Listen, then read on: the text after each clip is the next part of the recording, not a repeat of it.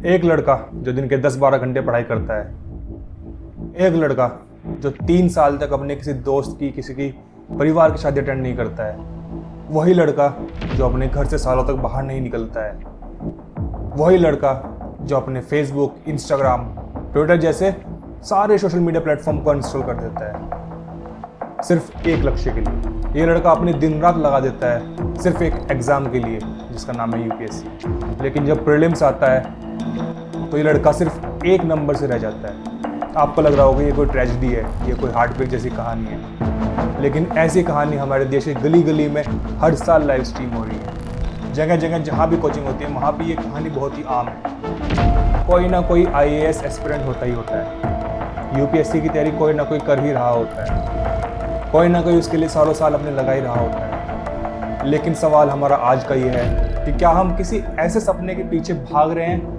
जो सिर्फ कुछ लोगों के लिए बना है। दोस्तों, आज का वीडियो कुछ लोगों के लिए काफ़ी कड़वा हो सकता है, कुछ लोगों को ये कंट्रोवर्शियल लग सकता है, लेकिन आज के वीडियो में हम बहुत ही ज़रूरी टॉपिक के ऊपर बात करने वाले हैं। ज़िंदगी सिर्फ एक एग्ज़ाम के ऊपर डिपेंड नहीं करती है।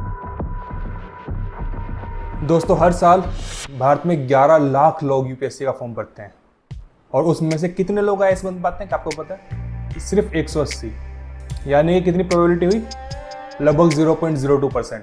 यह प्रोबेबिलिटी नासा में जाने से भी कम है।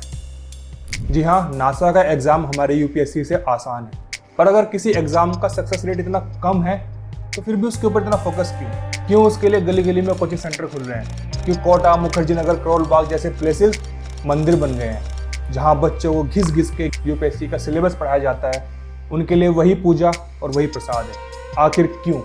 हमें मानते हैं कि अगर सरकारी नौकरी मिलेगी तो ये आपको समाज में इज्जत, आपको पावर और आपको प्रेस्टीज मिलेगी। और सिर्फ आपको नहीं, सम्मान आपके परिवार का भी तभी बढ़ेगा अगर आपके परिवार से कोई आईएएस होता है।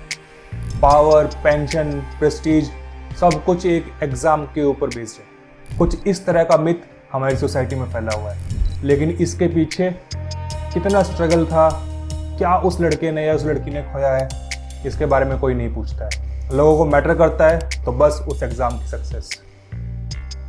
एक मिडिल क्लास स्टूडेंट के सपने में क्या होता है? एक सिक्योर जॉब, एक गवर्नमेंट बैज, एक पहचान जो सिस्टम सर्टिफाइड हो। लेकिन यहाँ पे बड़ा सवाल ये है कि क्या ये एक सेम ही सपना हर किसी का होना चाहिए? आज के टाइम पे सिचुएशन कुछ ऐसी है कि लोगों का मानना है कि प्राइवेट जॉब में डिग्निटी नहीं है, स्टार्टअप्स में फंडिंग नहीं है, क्रिएटिव करियर्स में एक्सेप्टेंस नहीं है। तो ऐसे में पूरे देश का प्लान ए बन गया है यूपीएससी, और प्लान बी वो सिर्फ तब याद आता है जब फेलियर मिलता है, जब आपका अटेम्प्ट क्लियर नहीं हो पाता है, जब आप प्रीलिम्स या फिर मेंस में रह जाते हैं, तब याद आता है कि प्लान बी भी होना चाहिए था। लेकिन जब किसी जोमेटो या फिर जैप्टो के किसी डिलीवरी बॉय के बैग के पीछे लिखा होता है यूपीएससी 3 अटेम्प्ट्स, यूपीएससी 2 अटेम्प्ट्स, तब ये उम्मीदें रखने वाली सोसाइटी कुछ नहीं कहती है, सिर्फ नजरें चुरा लेती है। ये वही रिश्तेदार हैं, वही पेरेंट्स हैं जो बोलते थे कि एक बार एग्ज़ाम निकालो तो फिर सब ठीक हो जाएगा, लेकिन इन्होंने ये तो बताया ही नहीं कि अगर एग्ज़ाम नहीं निकला तो फिर क्या होगा। और यही तो है सबसे डेंजरस इल्यूजन।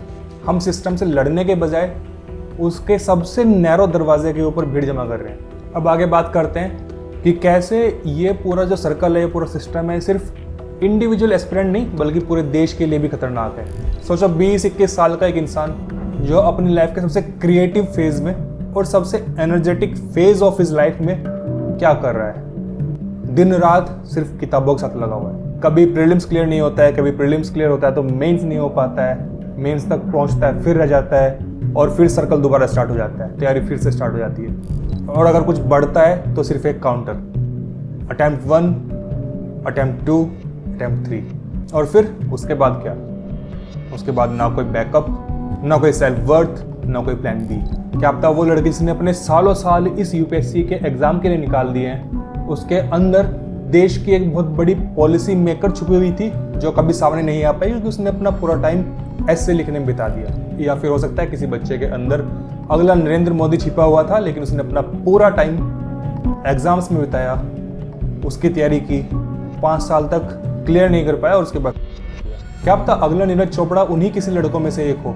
ऐसे ही बहुत सारा नेचुरल टैलेंट जो अलग अलग चीज़ों के लिए यूज़ हो सकता है, हो सकता था, उसको हमने जीएस, एसए और एथिक्स के अंदर फंसा के रख दिया है। और ये सिर्फ उनका लॉस नहीं है, ये हमारे देश का भी लॉस है। This is a big dent to our country, क्योंकि हम दुनिया भर में कहते हैं कि हमारी सबसे बड़ी पावर है हमारे लोग, हमारी सबसे बड़ी पावर है हमारा यूथ। दुनिया का सबसे ज़्यादा यूथ हमारे देश में है, सबसे ज़्यादा टैलेंट हमारे पास है, लेकिन फिर पता नहीं क्यों मैक्सिमम जो भी ग्लोबल स्टेज होती है वहाँ हम पीछे रह जाते हैं। हम ओलंपिक्स में अच्छा नहीं कर पाते, हमारी मूवीज़ ऑस्कर्स में नहीं जीतती,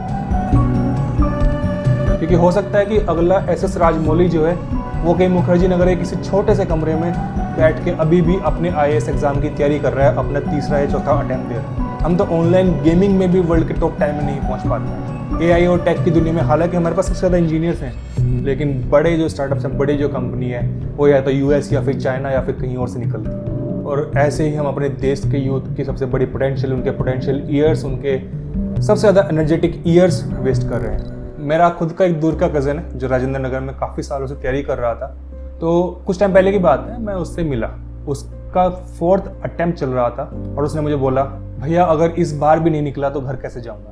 and that line hit me hard. मैंने इसके बारे में आगे काफ़ी सोचा कि यार उसने इतना मेहनती लड़का, उसके ऊपर सब ने, पूरी सोसाइटी ने, पूरे परिवार ने, पूरे उसके दोस्तों ने, सब ने इतना प्रेशर बनाया कि यार तू तो पढ़ाई में बहुत अच्छा है, तेरे तो इतने मार्क्स हैं, तुझे तो आईएएस बनना चाहिए। और वो लड़का उनकी बातों के प्रेशर में आके, उनके दिखाए हुए सपनों में आके अपने 4 साल राजेंद्र नगर में वेस्ट कर देता है। हमने इस एग्ज़ाम को इतना ज़्यादा हाइप कर दिया है, इतना ज़्यादा इसको पावरफुल बना दिया है कि लोगों को लगता है कि अगर वो फेल हो जाते हैं तो मतलब वो बेकार है। यार हो सकता है कि तुम उसके लिए बने ही नहीं हो। अगर तुम किसी मछली का और किसी बंदर का पेड़ पे चढ़ने का कॉम्पिटिशन कराओगे तो ऑब्वियसली बंदर ही जीतेगा, क्योंकि मछली पेड़ पे चढ़ने के लिए नहीं बनी है, मछली का काम है पानी में तैरना।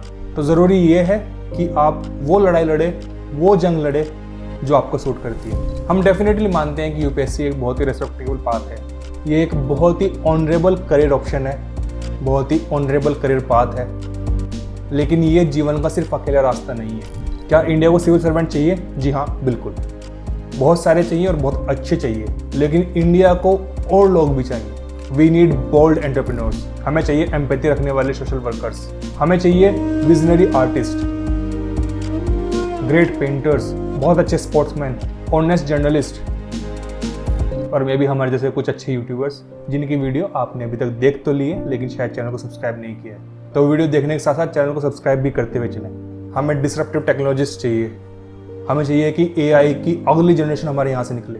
लेकिन अगर हम सिर्फ एक ही सिस्टम को वर्शिप करते रहे तो उस सिस्टम को बदलने वाली सोच कभी पैदा ही नहीं हो पाएगी। एक एग्ज़ाम आपका फ्यूचर डिफाइन नहीं कर सकता है, एक पेपर ये जज नहीं कर सकता है कि आप कितने काबिल हैं या फिर आप में किस तरह का टैलेंट है। सिर्फ एक एग्ज़ाम आपका पूरा फ्यूचर, पूरी ज़िंदगी डिफाइन नहीं कर सकता है। लेकिन अगर हम सब इस एग्ज़ाम को भगवान मान के इल्यूजन में जीते रहे तो कोई फ्यूचर बचेगा ही नहीं, वो भविष्य ही ख़त्म हो जाएगा।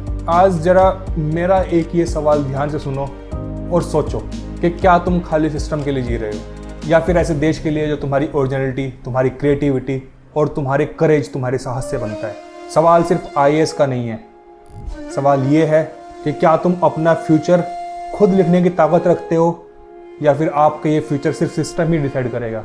क्या आपके सपने आपके अपने हैं या फिर आपके सपने जो लोगों ने, जो सिस्टम ने, जो समाज ने आपको दिखाए हैं वो हैं। आज इस बारे में ध्यान से सोचना और आपके जो भी विचार हो, अच्छे या बुरे, हमें कमेंट करके ज़रूर बताना। और जाने से पहले प्लीज़ हमारे चैनल को सब्सक्राइब भी करना और शेयर करना अपने उन दोस्तों को जो या तो खुद एस्पिरेंट हैं या फिर उनके परिवार से कोई एस्पिरेंट है या फिर वो लोग उस कैटेगरी में फॉल करते हैं जो दूसरों को फोर्स कर रहे हैं कि तुम एक एस्पिरेंट बनो।